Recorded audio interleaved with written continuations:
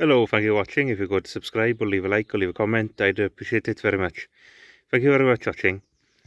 So, you know those little blue buckets for water and milk, etc.? This is bucket. It's bouquet, Vicar. I'm going to make myself a couple of hangers for them. So, I found this split trim that's the same size as a bucket. Well, underneath a ridge, so this is the exact thing I need. So I tacked a piece of rod onto it and bent it right round. So quite a long piece of rod, and it's only done 3 and a bit. But there you go anyway. Only thing, it springs back. When you bend it, it goes tight, but when you let go, it springs back outwards. So I put 4 clamps onto it, clamped it all the way around tight, and when I marked it, as you see, you know, that's where it starts. Then it spreads out a bit, then again, and this one isn't too bad because it's gone off the edge a bit. But after I marked it now, I released the pressure off it, so I don't want it to go bang when you grind it. And I'll just cut them off following those. So I'm joining up the loops now.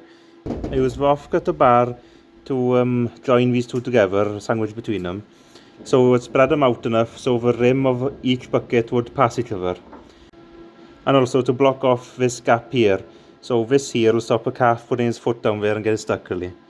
So I'll add this little bit here to basically get rid of this sharp corner and strengthen it and make it look nicer. So I'm just using this rod now to line them up.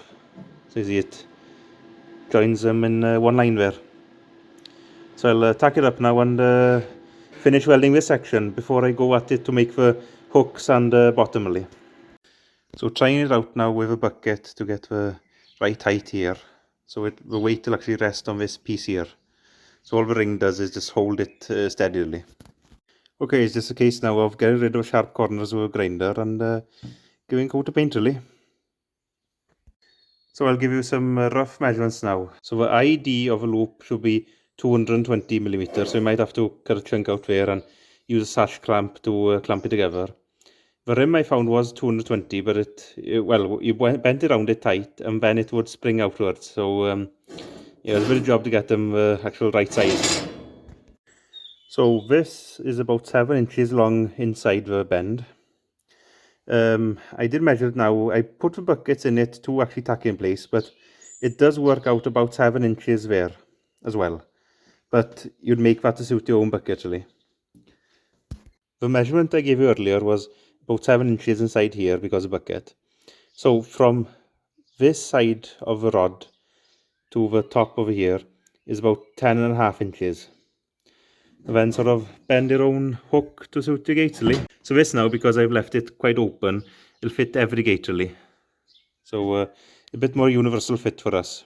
But if you had only hurdles, you could close this up so it was a tighter fit and less likely to be pushed off really.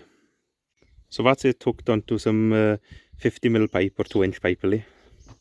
And that's it hooked onto the 40mm pipe underneath it. So here it is, it'll fit a bit of every gate really. So here it is painted. It's sort of dry to touch, but it's still a bit soft. So I'll leave it until tomorrow to actually use it. And here's how it actually works.